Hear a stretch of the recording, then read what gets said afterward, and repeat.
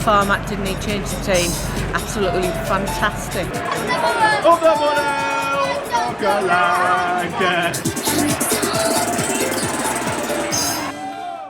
Welcome to RedArmy.tv. No Boro stuff. Well, there's a lot of Boro stuff to talk about, but not looking back at a previous game. International break it is in the studio. A couple of fine internationals. On the right wing, Sam Hussain, big Boro fan. Big fundraiser as well for South Cleveland Heart Fund. We'll talk about that. I'm sure we'll get some mentions in for you on that. And also Chris Holly, massive Boro fan and someone I know very well. Welcome. Thank you very much. International break. Good thing, bad thing, we could argue all night. But from an England perspective, we'll touch on it very, very briefly. Gareth Southgate, former Boro manager, of course, wants the job. He's seen through his 4 games that he was put in temporary charge. Is he the right man for the job? Yes, I think he's the best of a bad list, to be honest. Ideal man for the job. He knows the FA very well. You could say he's a bit of a yes man, so the FA will like that. Who else would take the job at the moment? I mean, you could have Jose Mourinho in charge. For me, the squad isn't particularly great. It's not like we had back in the day of the Beckhams and the Owens, Lampard and Gerrard era. Let's see what he does. Let's give him a chance. And like I say, who else really would take it? Well, World Cup qualifiers is what we're into. How much of a poison chalice is the England job at the moment, Sam? I think it's a massive, big poison chalice for people who, depending on what part of the career they're at, where they're at in their careers, whether they'll probably take the job.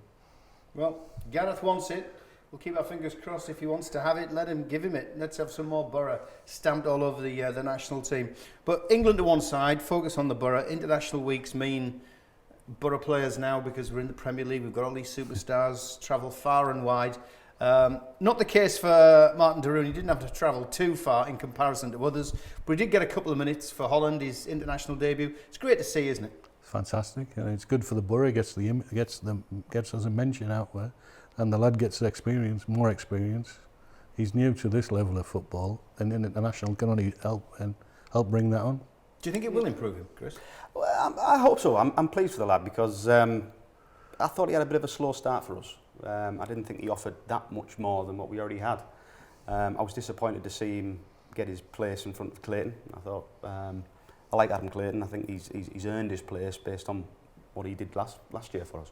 But I've been impressed with de Roon over the past couple of games. Certainly Man City. We did like that end of the game, didn't we? I didn't think he could header a ball like that. To be honest, I've not seen him Neither header did he. one. Yeah. So, but no, very pleased for him. So yeah, it can, like you say, like Sam said, it can only be great for us. Another international in our books. Just having a look down, Brad Guzan got 50 minutes due to Tim Howard getting injured for the States. But Christian Stuani and Gaston Ramirez, big travellers, they both played in a game, 5 days ago. That was the Ecuador game, a 2-1 win for Uruguay. Stuani played all game. Ramirez came on for the last half hour. There's another game to take place. We've recorded this just before they go out and play Chile. Long travels, both featuring. Do you expect them to start against Chelsea? I think Ramirez will come back in the fray. We're at home. We need that bit of creativity, certainly against Chelsea. I think he will. I'd be surprised if Stuani started. I think, like I say, Ramirez will come in. What's your thoughts, Sam? Possibility. I think maybe they won't. They maybe come on later on, second half, when, like what they did against Man City, you can maybe sit back and sit solid, and then go at them later on in the game. Maybe use Ramirez for that. Stuani for me would play all day long. He's one of them players who just plays and he gets on with it and does fantastic. You're a Stuani fan, are you? Yeah, and I just hope he doesn't get injured when he's over there playing and travelling thousands of miles. I don't mind him as well. He's been asked to play in a position that is not his favourite position, on the right hand side. I know a lot of people who don't like him, but put him up top. He's a different player, and he will try 100%. But he's a bit of a like I say, a square peg in a round hole when he plays for us. Got a bit of housekeeping to do. You both saw last week's show, didn't you? Ian Wright was. We tried to help Ian Wright for his match of the day stuff by giving him some Some alternatives to the word terrible, because he used it quite a lot. But then we saw him in his gigs, his new Arsenal gigs, as you can see now. And we did put a poll up for a bit of fun saying, what do you think of him in his gigs? And the answer was, well, your options were A, terrible, B, terrible, or C, terrible. Unsurprisingly, 100% of people, Boro fans, voted that Ian Wright in his new Arsenal gigs looks terrible. So just get that out the way. More polls, real polls, coming up later on in the show. Interesting surveys come out. The Global Sports Salary Survey. Makes interesting reading this, fellas, because what it does is it looks at all major professional sporting leagues. So whether it be football, whether it be Serie A, Premier League, whatever, but it also looks at Major League Baseball, American football, all those sort of things that generate huge salaries.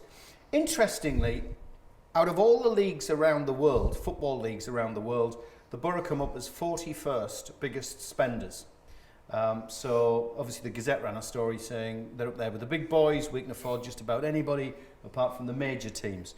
The average Boro player salary is over £23,500 a week. Sam, what do you reckon? That's an eye-watering number, isn't it?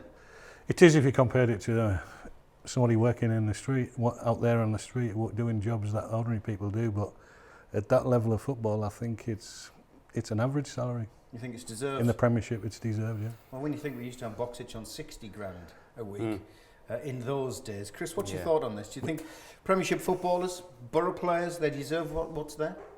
I would have thought it was more, to be honest. I'm quite surprised that it's as low as 23. Well, that's averaged out across the whole squad. Yeah. Listen, they're in an industry that's got a lot of money. If I was to be in an industry and someone was to offer me around about the £20,000 a week mark, I wouldn't be saying no. It's the industry we're in. There's a lot of money in it. Like I say, Ravanelli, when he was here, I think was on 40 plus.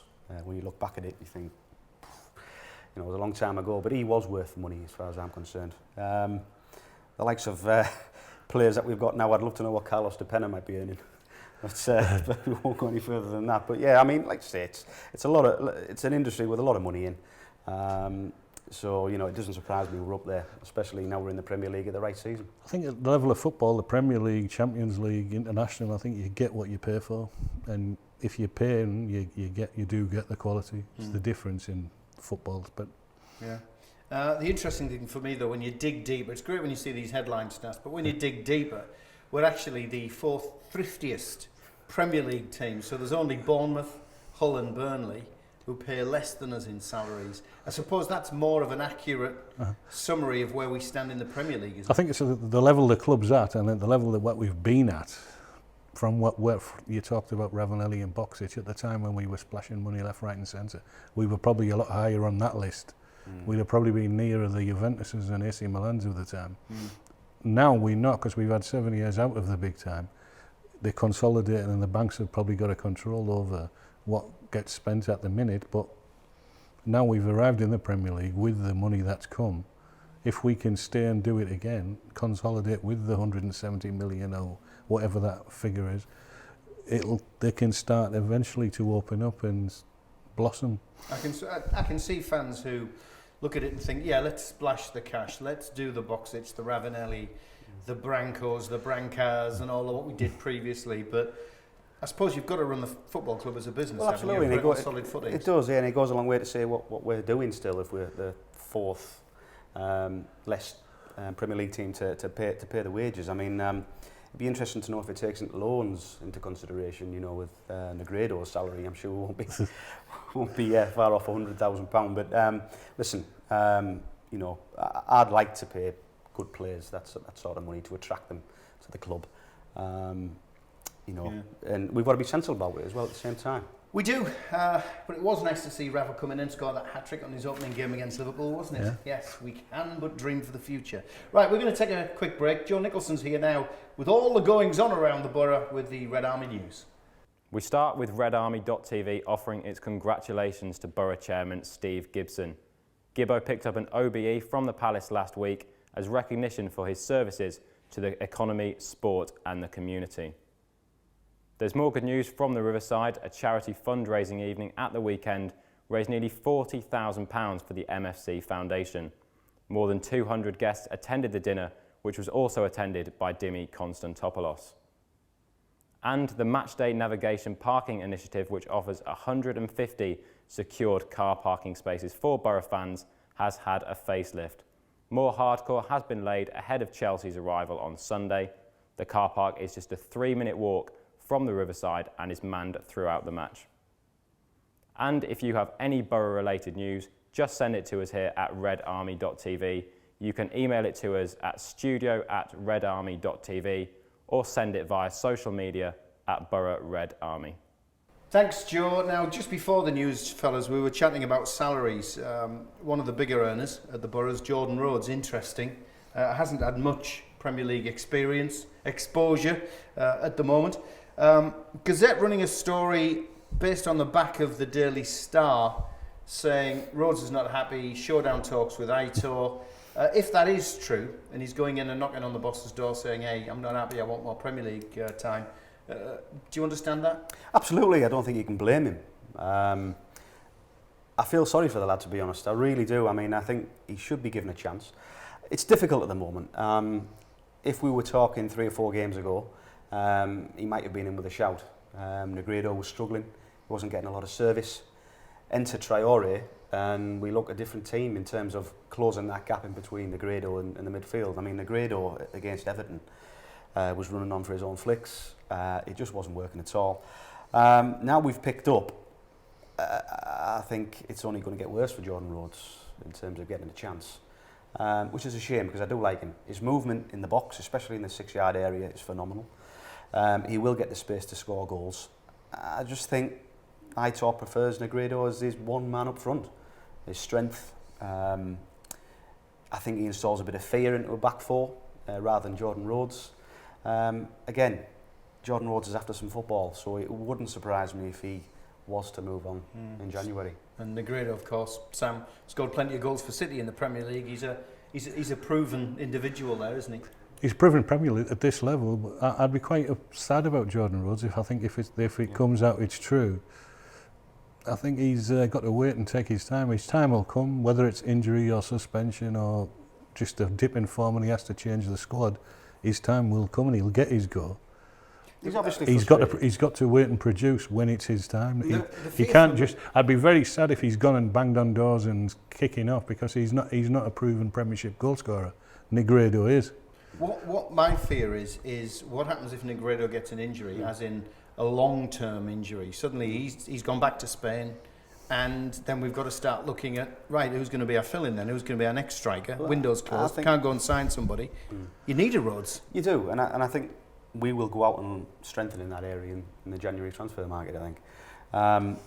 Yes, you know, we're all worried if one of the strikers was to get injured, but Nugent's been given a bit more of a role in front of Jordan Rhodes recently, so you'd be sat there, Jordan Rhodes, thinking, how am I supposed to be getting on this field? You know, if Nugent has come out of the wilderness and coming on instead of Jordan Rhodes. So I can understand his frustration. I understand Sam's point of view as well. I'm hoping it was a pretty civilised conversation. He wasn't going banging on the doors. Well, we don't know. It's just the national press, isn't it? Exactly. There could be 100% absolutely. So, no, but I would be sorry to see him go if he was. I think his time will come.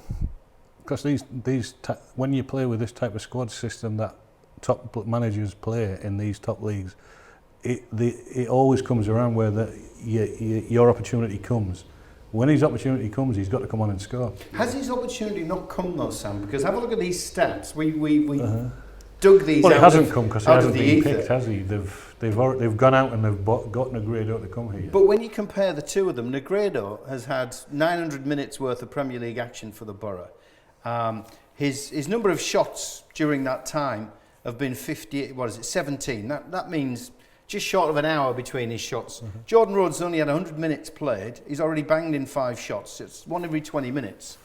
I mean, is the signs? Can you just read anything into stats, or are the signs there that he is possibly going to put it? To Sky, Fox, they all love stats, but it doesn't mean anything, does it? Yeah. You can have 100% of the game and then you get beat 1-0 in the 90th minute by a corner or a free kick and somebody. Or you can have 85% of the game and draw 1-1 in. Listen, I was at West Ham and for me, from what I saw of Jordan Rhodes, he didn't do anything different to what Negredo has been doing.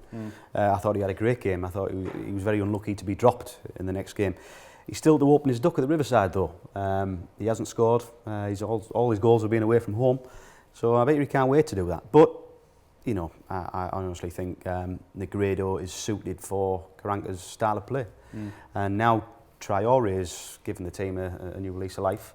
That gap, like I say, is closing all the time with the speed of Traore linking up with Negredo. Well, we've mentioned 3 of them. There's also Stuani we've not mentioned. So here's your chance. The poll this week.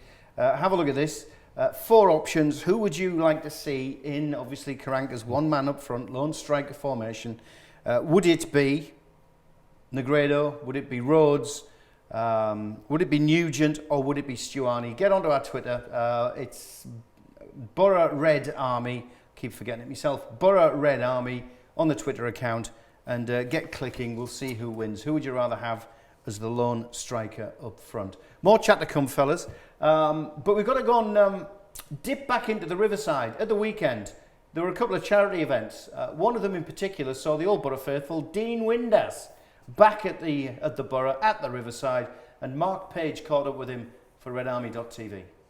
Dean, you signed for the Boro in 2001. The Boro were locked then in a relegation battle, but Terry Venables and Brian Robson signed you up. How big a move was it for you then? Yeah, listen, you know, to have the privilege to play for a big club like Middlesbrough was, you know, an honour for me. I was 31 years old, so it was like I was getting on a little bit. But, you know, yeah, it was. I played well against Middlesbrough in the FA Cup in the midweek, and I think that swung it a little bit. You know, Terry Venables, as you just said there, they were in the bottom 3, and Terry just sort of said, look, come in and play up front with Super Alan Boxic and get us a few goals. And, you know, thankfully we did that, and, you know, we finished 14th, I think it was, that season. So yeah, things were looking a bit grim then, but unfortunately Robbo went at the end of that season. Terry Venables didn't stay either, and then in came Steve McLaren. Well, I was gutted because Terry, you know, obviously signed me. You know, I signed a 3-year contract, and then Steve McLaren came in, and I was in and out, you know, majority of the season. And as you say, I was coming to about 32, 33, and I thought, well, I knew that I wanted to still play. You know, I didn't want to sit on the bench and just pick my money up. And so eventually, I just said to Steve, look, either let me go out on loan or pay me up. And he had a 5-year plan anyway, and I want part of that plan. You know, unfortunately, you know, managers come in, they have their own different ideas, and he brought in a few players, and obviously, yeah, then I ended up going to Sheffield United. Well, let's talk about those Boro years, 2001 to 2003. Who were some of the best players you played with at the Boro? Who stood out for you in those couple of years? Well, I think, listen, without a shadow of a doubt, he's probably one of the best centre forwards I've played with, Alan Boxic. You know, both feet good in the air. when he wanted, you know, he was a strange lad, but he was a nice lad. But no, you know, for me, you know, to play up front, I think he was on about 100 grand a week then. I think he was something like that. So that tells you what a good player he was. But then, as you say, Steve, you know, brought in Gareth. You know, now he's obviously the England manager, and Hugo Eke, I'll get the back. You know, we had some great players. You know, obviously 4 centre halves in Colin Cooper and Stevie Vickers, and then obviously Ince is captain as well. So no, we had a good squad, and as you say, that season we finished 14th, and I think then when I left after that, Steve McLaren obviously took him to the cup final the season after. So. Well, Boro fans, of course, will remember you fondly, Dean. Do you look out for the Boro results? All the time, yeah. You know, as you say, I'm ambassador of Hull City now, so I'll be coming here to watch him play when we play him. I think it's December the 10th, I think it is, when we play Middlesbrough. So yeah, you know, listen, they've always been great with me. The supporters was great here when I played here, and obviously, you know, hopefully that, you know, both teams can stay in the Premier League. You know, Middlesbrough and Hull. You know, and Burnley as well, because everybody writes you off before you kick a ball. That the teams that come up, you know, they're going to go straight back down again. But they've got you know, Cranky has got a great squad, you know, and I think that tells you that Jordan Rhodes got to get in the team, and that tells you how strong, you know, they've got in, you know. So it'll be an interesting season for them. You know, it'll be a long season for us as well, you know, and hopefully both teams can stay in the Premier League. Great stuff. Dean Windass having a chat with Mark Page. Thanks for sorting that one out, Mark. Now, coming up, Pollock's Frolic, or even Bollock the Pollock, if you like. Jamie Pollock, part of the Poulton All-Stars, his football team. He's going to be up with me on stage, answering questions, telling the tales about his Boro days, his City days, how he became QPR's Player of the Year, all that sort of stuff. Whoops, almost give the game away there. And you can be there. 2 pairs of tickets up for grabs answer this simple question. Which club did Jamie Pollock famously help to save from relegation by scoring an own goal? Was it A, QPR, or was it B, Queen of the South? Get your answers in either via email, studio@redarmy.tv, or via social media @Boro RedArmy. Once again, which club did Jamie famously help save from relegation by scoring an own goal? Was it A, QPR, or B, Queen of the South? You could be there. 2 pairs of tickets up for grabs Friday the 2nd of December at Jamie's place at Top Corner Sports. Not the only plug we're going to do. Sam, you raise tons of cash. You're always at it. My Facebook posts are full of get your money out and get it spent. What's the latest? South Cleveland Heart Fund, great. I mean, you and Dr. Adrian had fantastic work raising all that money for the new big MRI scanner at South Cleveland. But we did that completed that last year. We raised £1 million for the scanner. We did that in 18 months. And now you're continuing, aren't you, to service It's the unit? what we call in the charity, we call it the day job of the shopping list of what the professionals need. They come to us and if we can help them. We raise money for the equipment, training doctors need, nurses need. And the latest, I've got the race night card in front of me, but you're saying, tell us about the race night. What's going to happen? Ackling Rugby Club, they put the show on for us. Tickets are £5. People get pie and peas. They come. There's raffles and things, but as well as the race night, the betting on the horses. And that is what the night is about, and it raises money for the charity as well. Fantastic. And what night is it? It's the 2nd of December. 2nd of December. Yeah. So I know on this card it says Friday the 25th of November. There's been a mix-up at the printers. So it's the 2nd of December. And if people want more information about it, how can they get it? They can get through on our Facebook page, South Cleveland Heart Fund, or they can get through to me. My email's on the card. Yeah, or they can contact us here at redarmy.tv and we'll do the rest. Fantastic stuff there. Quick question, fellas. Strange question. What makes you proud to be a Boro fan? Now, we were asking this in the office a little bit earlier. We want your thoughts, so get them sent in to us, studio@redarmy.tv, also on social media, Boro Red Army. I think Phil, who works behind the scenes, he said it's that photograph of Karanka and Ledbetter walking out after promotion. And the Massimo Macaroni header as well. That's what makes him proud to be a Boro fan. Chris, our legal eagle, he looks more up on Teesside. That makes him proud to be a Boro fan. He said when you drive over the hill, coming south on the A19 from Peterlee, and then you suddenly see it all laid out in front of you, Teesside laid out, that's what makes him proud. Mine's the Transporter Bridge in Juninho. Chris, what makes you proud to be a Boro fan? Not so much an event, but it's the support in general. I mean, we've had great coverage, the away support. It's always been commented on, the home support as well. I think Bournemouth were here and they said what good support we've had. The home performance against Brighton last game of the season, I think the national press had said they've never seen anything that's like the support like it. The fact that we're such a small town and majority of people are big Boro fans. My nana's a big Boro fan. And she has been, I think, for as long as I can remember. So, we're a small town, we're not a big city, and, we're filling the Riverside again. So I think the support in general, you go abroad, you wear your Boro top with pride. The support for me, rather than a single event. Support for Chris. What makes you proud to be a Boro fan, Sam? I think that the year after, when the club nearly closed, that was what I can remember leaving school in the mid 80s, and it starting was the season at Hartlepool, Brucey being there. It was that, and then the raising it from there. We went up very quickly. It was a different type of football at the time, but it was good. Second, and not it's a very close second to that, is when Brian Robson came and he took over with all the better footballers from what we'd had previous to that. That is a massive point to me. So we'd like your views as well. You can send us pictures in. You can just tell us what it is, whatever you want to do. Show us what it is. What makes you proud to be a Boro fan? We're going to run this for a couple of weeks, and we want to be putting your entries and inputs out there on the programme. So usual things. You can email us studio@redarmy.tv. You can send us via social media, Boro Red Army, on both Twitter and Facebook. We'd love to know what makes you proud to be a Boro fan. A small matter of Chelsea, fellas, looking ahead. And it's that great contradiction, isn't it? We love being in the Premier League because we love the big teams coming, we love the big players coming, but we're very happy after an international break to think if Costa can be injured, if those who can do us harm, like Hazards and people like that, get them crocked, get them out. We don't want to see him playing at the Riverside. Do you go along with that? Yes. I think Hazard and Costa are struggling to be fit for this Sunday, so I am happy, to be honest. Listen, Chelsea are a different beast this year to what they were last year.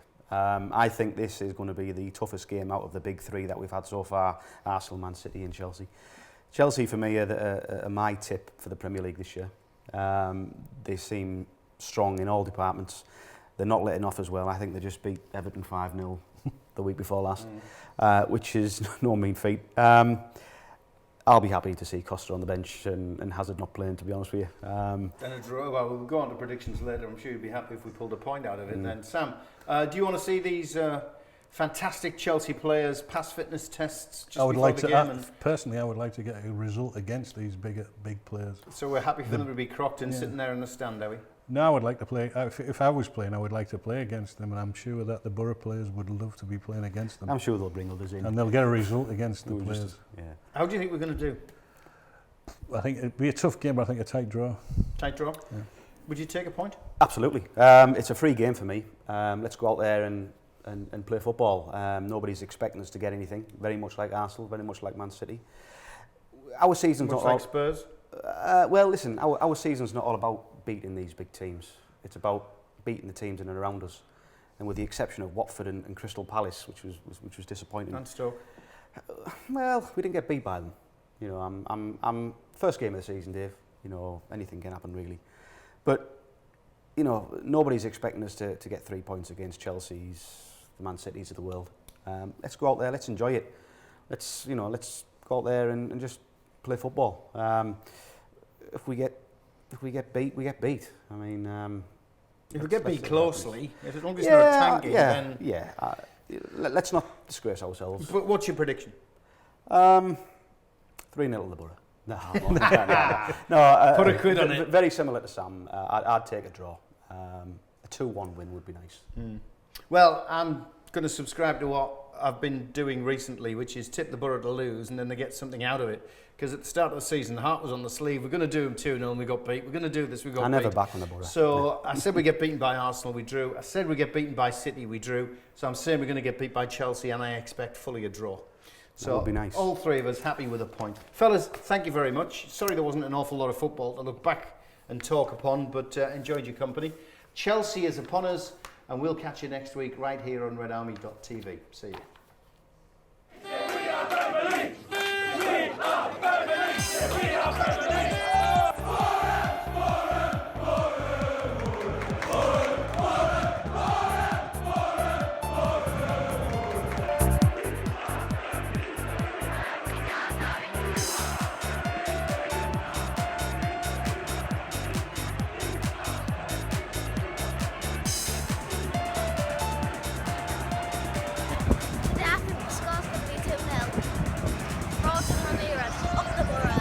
Come on, boy, we can beat these Saturday. Come on, lads, believe. Come on.